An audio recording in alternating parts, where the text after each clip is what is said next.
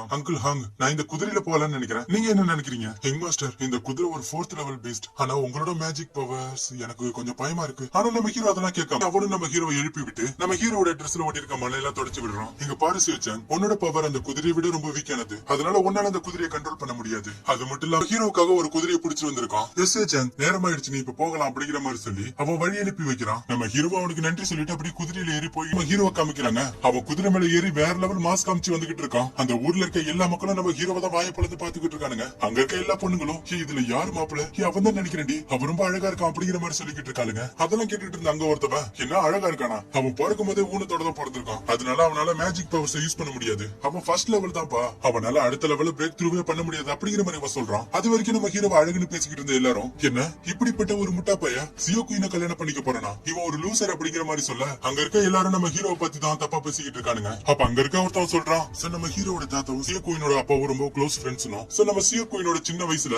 அவரோட மேஜிக் பவர்ஸ்னால அவ சாகிட்டு இருக்கான். யங் மாஸ்டர் எதுக்காக அப்படி பண்ணிக்கிட்டு இருக்காரு? அதே சமயத்துல அந்த இடமே பயங்கரமா ஆட அந்த இடத்துல யானை மாதிரியான ஒரு பீஸ்ட் அங்க வருது. அதுவும் பயங்கர கோபத்துல மதம் பிடிச்ச மாதிரி அங்க இருக்க மக்கள் எல்லாரையும் அடிச்சு பறக்க விட்டுட்டு அது நேரம் நம்ம ஹீரோ நோக்கி தான் வந்துகிட்டு இருக்கு. இதை பார்த்து இந்த ஹீரோட அசிஸ்டன்டோ நம்ம ஹீரோக்கு ஏதோ ஆயிடக்கூடாது அப்படிங்கிறதுக்காக அவர் வந்து அவரோட பவர் யூஸ் பண்ணி அந்த பீஸ்ட் அட்டாக் பண்றாரு. அப்ப அந்த பீஸ்டும் கொஞ்சம் நார்மலா நிக்க அப்ப அந்த பீஸ்டோட ஓனர் அங்க வந்து நிக்கிறான். கல்யாணத்துக்காக போயிட்டு இருந்த சியோச்சங்க, என்னோட பீஸ்ட் தடுத்ததுனால நான் மன்னிப்பு கேட்டுக்கிறேன். இந்த பீஸ்ட் இதுக்கு முன்னாடி அப்படி நடந்துகிட்டது கிடையாது. ஆனா இன்னைக்கு எதுக்காக இப்படி நடந்துகிட்டுன்னு எனக்கு தெரியல. ஒரு விலங்கு இருக்க மக்கள் மாதிரி இந்த பீஸ்டுக்கும் சியோச்சன் சியோ குயினை கல்யாணம் பண்ணிக்கிறது பிடிக்கல போல இருக்கு. அடே வாய மூடு, நான் சொல்றதுல என்ன தப்பு இருக்கு? இந்த லியோன் நகரத்திலேயே ரொம்பவும் அழகான ஒரு பொண்ணு மாதிரியான ஒரு லூசர் கல்யாணம் பண்ணிக்க மக்கள் எல்லாரும் தகுதி இல்லைன்னு நினைக்கிறாங்க. ஒருவேளை சியோச்சன் உங்களால இந்த மிருகத்தை கட்டுப்படுத்த முடிஞ்சிச்சுன்னா அதுக்கப்புறம் இந்த லியான் சிட்டில இருக்க எல்லா மக்களும் உங்களோட திருமணத்துக்காக நாங்க ஆதரிக்கிறோங்க அப்படிங்கிற மாதிரி அவ சொல்ல உடனே அங்க இருக்க எல்லா மக்களும் ஆமா நாங்க இதை ஒத்துக்கிறோங்க அப்படிங்கிற மாதிரி சொல்லிக்கிட்டு இருக்கானுங்க. உடனே நம்ம ஹீரோட அசிஸ்டன்ட் சொல்றாரு, சியோ ஃபேமிலியோட இப்படிப்பட்ட ஒரு முக்கியமான நாள்ல நீ வந்து குழப்பத்தை ஏற்படுத்த உனக்கு எவ்வளவு தைரியம், நீ மட்டும் இப்ப வழி விடல அப்படிங்கிற மாதிரி சொல்லிக்கிட்டு இருக்க. நம்ம ஹீரோ சொல்றான், அங்கிள் கவலைப்படாதீங்க, நான் பாத்துக்கிறேன். யங் மாஸ்டர், இந்த பீஸ்ட் கால்ல பாத்தீங்களா குதிரை, அதை விட 2 லெவல் அதிகமா இருக்கு. உங்களால இத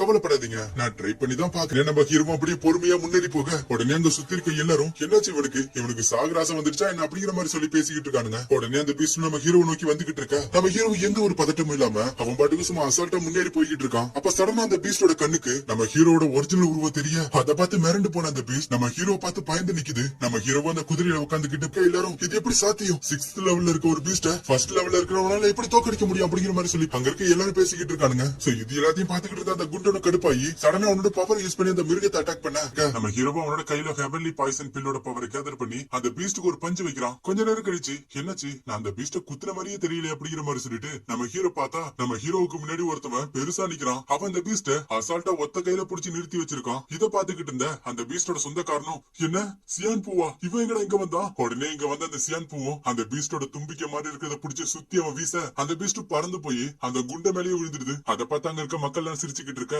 இந்த சியான் பூவும் நம்ம ஹீரோ பார்த்து ரொம்ப சந்தோஷப்படுறான். நம்ம ஹீரோ அவனை பார்த்துட்டு, சியான் பூ உடனே அந்த சியான் பூவும் பிரதர் இல்ல நான் உன்னை கடைசியா பாத்துட்டேன் அப்படிங்கிற மாதிரி சொல்லி நம்ம ஹீரோ போய் இறுக்கமா கட்டி பிடிச்சுக்கிறான். என்ன மிஸ் பண்ணதெல்லாம் சரி, இன்னும் கொஞ்ச நேரம் மட்டும் நீ இப்படியே பிடிச்சிருந்தீனா அதுக்கப்புறம் நீ என்ன உயிரோடய பார்க்க முடியாதுன்னு நினைக்கிறேன். ஐயோ சாரிப்பா, உன்னை பார்த்த சந்தோஷத்துல நான் கொஞ்சம் அவசரப்பட்டுட்டேன். நம்ம ஹீரோ கேக்குறான், ஆமா சியான் பூ நீ எதுக்காக இங்க வந்த? உடனே அந்த சியான் பூ சொல்றான், நான் உனக்காக தான் வந்தேன், அங்க உனக்காக எல்லாரும் காத்துக்கிட்டு இருக்காங்க, நீ இங்க என்ன பண்ணிக்கிட்டு இருக்க? சரிவா போகலாம் அப்படிங்கிற மாதிரி சொல்லி நம்ம ஹீரோவை தூக்கி குதிரையில உட்கார வச்சு குதிரையை இவன் தோல்ல தூக்கிட்டு போயிட்டு இருக்கான். அந்த சியான் பூ நேரம் அந்த பீஸ்ட் இருக்க பாதையை நோக்கி தான் வந்துகிட்டு இருக்கான். அதை பார்த்து அந்த பீஸ்ட் பயந்தங்கிட்டு தெரிச்சு ஓடிடுது. அதை பார்த்த குண்டனும், ஐயோ இவன் எதுக்காக இங்க வரான், என்னது பண்ணிடாதடா அப்படின்னு சொல்லிக்கிட்டு இருக்க. அந்த சியான் பூ அதை பார்த்துட்டு எதுக்கு என்னடா பண்றேன்னு ஒரே எத்துதான் அந்த குண்டம் பறந்து போயிடறான். சோ அடுத்த சீன்ல நம்ம ஹீரோவுக்கு மேரேஜ் நடந்து முடிஞ்சிருது. சோ அந்த சீன் அதுல காமிக்கல. சோ நம்ம ஹீரோட தாத்தாவும் வெளியே நின்னுகிட்டு இருக்க. அப்ப அந்த இடத்துக்கு சியோ செக்டர் சேர்ந்த சியோ லீன்னு ஒருத்தவன் வரான். அப்ப நேரம் வந்து டேடி எல்டர், உங்களோட பேரனுக்கு இன்னைக்கு கல்யாணம், ஆனா இந்த இடம் இவ்வளவு அமைதியா இருக்கு. நம்ம ஹீரோட தாத்தாவும் இவ்வளவு தூரம் வந்துட்டீங்க, வாங்க வந்து சாப்பிட்டு போகலாம் அப்படிங்கிற மாதிரி சொல்ல, என்னோட பேர சியோ யங் பிகினர் பேஸ்ல 9th லெவல்ல ரீச் பண்ணிருக்கான். அதனால அவனுக்கு நான் போய் உதவி பண்ண வேண்டிய வேலை இருக்கு. இத மாதிரியான அற்பமான விஷயங்கள் எல்லாம் கடந்துக்க எனக்கு நேரம் இல்ல. நம்ம ஹீரோட தாத்தாவும் சம கடுப்புல நின்னுட்டு இருக்காரு. உடனே அவ சொல்றான், சியோ குயினை உங்க ஃபேமிலியில கல்யாணம் பண்றதுனால மட்டும் என்ன நடந்துட போகுது? உன்னோட பையன் செத்து போயிட்டான், உன்னோட பேரனும் பிறந்ததுல இருந்து ஊரமா இருக்கான், உன்னோட ஃபேமிலியே இப்ப பாழா போய் கிடக்கு அப்படிங்கிற மாதிரி சொல்லிட்டு அவன் போய்கிட்டு இருக்கான். சோ அடுத்த சீன்ல நம்ம ஹீரோவை தான் காமிக்கிறாங்க. அவன் பயங்கரமா குடிச்சிருக்கான். சோ நம்ம ஹீரோட அசிஸ்டன்ட் எல்லாம் நம்ம ஹீரோவை வீட்டுல விட்டுட்டு அவங்க பேசிட்டே போயிட்டு இருக்கானுங்க. கண்டிப்பா இது இவனுக்கு தேவைதான், இவன் போதையிலே உள்ள போக போறான். அதை பார்த்த சியோ குயின் இவன் அடிச்சு வெளியே துரத்த போறான். இப்படிப்பட்ட ஒரு முட்டாளுக்கு அப்படிப்பட்ட ஒரு அழகான பொண்ணு அப்படிங்கிற மாதிரி சொல்லி அவனுக்கு பேசிட்டு போயிட்டு இருக்க. இதெல்லாம் கேட்ட நம்ம ஹீரோவும், கண்ணுங்களா என்ன குடிக்க வச்சு மட்டையாக்கலான்னு பாத்தீங்களா, என் உடம்பு முழுக்க பாய்சன் தான் ஓடிக்கிட்டு இருக்கு, இந்த சாதாரண மதுவாலையெல்லாம் நான் ஒண்ணுமே பண்ண முடியாது அப்படிங்கிற மாதிரி சொல்லிட்டு அவன் குடிச்ச எல்லா மதுவையும் அவனோட கை வழியா அதை வெளியே தேடுறான். அதே சமயத்துல இங்க நம்ம சியோ குயினை தான் காமிக்கிறாங்க. அவ ரூம்ல உட்காந்துக்கிட்டு இருக்க நம்ம ஹீரோ கதவு திறந்துட்டு உள்ள வரான். அவளை பார்த்ததும் அவன் பிரமிச்சு போய் நிக்கிறான். ஏன்னா அவ அந்த அளவுக்கு அழகா இருக்கா. உடனே நம்ம ஹீரோவும் வெக்கப்பட்டுக்கிட்டு அவ சட்டையெல்லாம் சரி பண்ணிட்டு நேரா ஹீரோயின் கிட்ட போறான். நான் இது வரைக்கும் இவரோட முகத்தை ஒழுங்கா பார்த்ததே இல்ல அப்படிங்கிற மாதிரி சொல்லிட்டு நம்ம சியோ குயின் முகத்துல மாட்டிருக்க மாஸ்க நம்ம ஹீரோ கழட்ட போறான். அதை பார்த்து அவளும் அவளோட பவரை யூஸ் பண்ணி நம்ம ஹீரோ அப்படியே ஃப்ரீஸ் பண்ண ஆரம்பிச்சிடறா. நம்ம ஹீரோவும் கொஞ்சம் கொஞ்சமா வரைஞ்சிக்கிட்டு இருக்க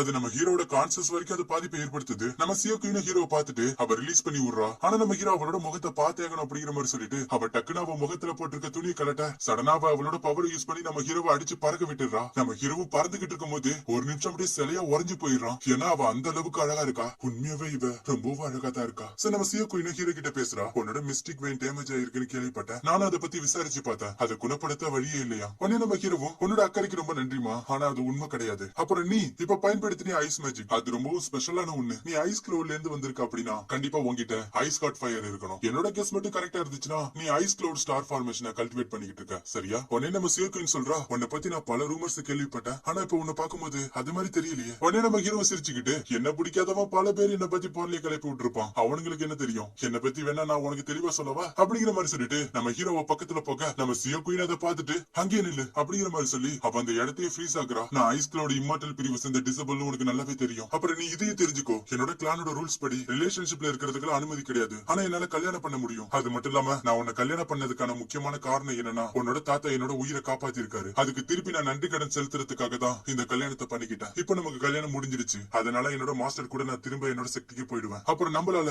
ஒரு உண்மையான கப்பல் மாதிரி எல்லாம் இருக்க முடியாது. சோ நம்ம ஹீரோ அவ சொல்றதை கேட்டுட்டு இன்னொரு அரகண்டான பொண்ணு அந்த ஐஸ் கிளவுட் இம்மார்டல் பிளேஸ்னால நல்லாவே ஏமாந்து போயிருக்கா. அப்ப சடனா நம்ம சியோ குயினும் வெளியே யாரும் நிக்கிறத சென்ஸ் பண்ணி யாரு வெளியே அப்படிங்கிற மாதிரி கேட்க நம்ம ஹீரோ அதை பார்த்துட்டு உடனே வேலை கணிச்சிட்டு அமைதியாரு அப்படிங்கிற மாதிரி சொல்றான். சோ அந்த ஒட்டி கேட்டுக்கிட்டு இருக்கிறது யாருன்னா நம்ம ஹீரோட கசினோட அசிஸ்டன்ட் தான். அவன் நேரம் நம்ம கசினை பார்க்க தான் போறான். அவன் உள்ள வந்தது கசின் கேக்குறான் அங்க என்ன நடந்துச்சு. அவன் ரூமுக்குள்ள போனா அதுக்கப்புறம் அவங்க விளக்க அணைச்சிட்டாங்க அப்படிங்கிற மாதிரி சொல்ல அதை கேட்டது இவன் செம கடுப்பாக்குறான். சியோ குயின் எனக்கானவ அவ எனக்கானவ மட்டும்தான். எஸ் சியோ சாங் நான் உன்னை துண்டு துண்டா வெட்டி கிழிக்க போறேன்டா. அடுத்த சைடுல நம்ம ஹீரோவை தான் காமிக்கிறாங்க. அவன் பொறுமையா வந்து நம்ம சியோ குயின் பக்கத்துல தான் உட்கார்றான். சரிமா தாமதம் ஆயிடுச்சு நம்ம அதை பண்ணலாமா பக்கத்துல வந்து கொண்டுடுவேன். ஏமா பொறுமா நான் தூங்கலாமான்னு தான் கேட்டேன். சரி அப்பனா நான் போய் தரையில படுத்துக்கிறேன். என்ன தரையில படுக்க போறியா? என்னோட செல்ல பொண்டாட்டியே தரையில படுக்க விட்டுட்டு என்னால எப்படி நிம்மதியா தூங்க முடியும்? சரி அப்பனா நீனே போய் கீழே படுத்துக்கோ அப்படிங்கிற மாதிரி சொல்லிட்டு நம்ம சியோ குயின் மேல படுத்துக்கிறா. நம்ம ஹீரோவும் சரின்னு சொல்லிட்டு அவன் தரைக்கு போயிடுறான். நம்ம ஹீரோவும் ஹே ஹனி ஹனி தூங்கிட்டியா என்ன? இன்னொரு வாட்டி என்ன ஹனின்னு கூப்பிட்ட நான் உன்னை வெளியே அடிச்சு துரத்திடுவேன். ஐயோ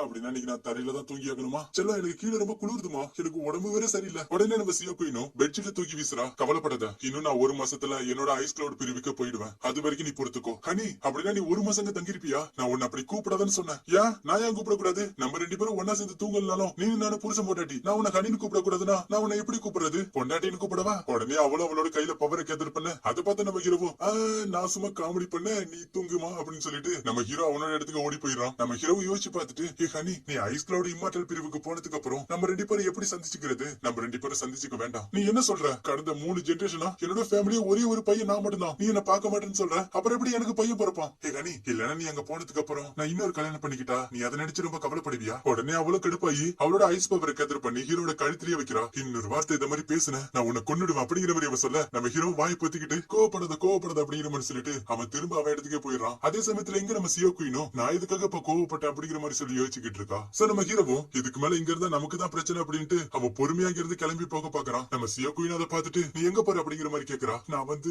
பிஸ் அடிக்க போறேன். அதுக்கு அவ சொல்றா இந்த வாட்டினாச்சும் நேரா பாத்ரூம் கண்டுபிடிச்சு பாத்ரூம்ல போற வழியில அடிச்சு விட்டுறாத. என்ன போற வழியில அடிச்சு விட்டுறாதையா? அப்பதான் நம்ம ஹீரோ யோசிச்சு பாக்குறான். சோ நம்ம ஹீரோவும் அவன் குடிச்ச ஒயின அவனோட கை வழியா கீழே ஊத்தி இருப்பான். சோ அந்த சவுண்ட கேட்டு நம்ம சியோ குயின் தப்பா நினைச்சுக்கிட்டு நம்ம ஹீரோ கிட்ட சொல்லிக்கிட்டு இருக்கா. நம்ம ஹீரோவும் அதை புரிஞ்சுக்கிட்டு இங்க பாருமா நீ என்ன சொல்ற? அது நான் ஒயின கீழே ஊத்தின சவுண்ட். நீ என்னோட மேஜிக் பவர்ஸ் வச்சு கிண்டல் பண்ணாலும் நான் சும்மா இருந்துருவேன். ஆனா நீ என்னோட இமேஜ் எப்படி டேமேஜ் பண்ணிட்டா? இதை என்னால ஏத்துக்கவே முடியாது அப்படிங்கிற மாதிரி சொல்லிட்டு நம்ம ஹீரோ வெளியே போக இங்க நம்ம சியோ குயினும் அவன் பண்ணதெல்லாம் நினைச்சு அப்படியே சிரிக்கிறா. நம்ம ஹீரோ வெளியே வந்து இந்த லியான் சிட்டிலே ரொம்பவும் அழகான பொண்ணு ரொம்பவும் புடிவாதக்காரியா இருக்கா அப்படிங்கிற மாதிரி சொல்லிக்கிட்டு இருக்க. அப்ப சடனா அந்த இடத்துல வானத்திலிருந்து வந்து ஏதோ ஒண்ணு கீழே விழ அதை பார்த்து நம்ம ஹீரோ அது என்னன்னு பாக்க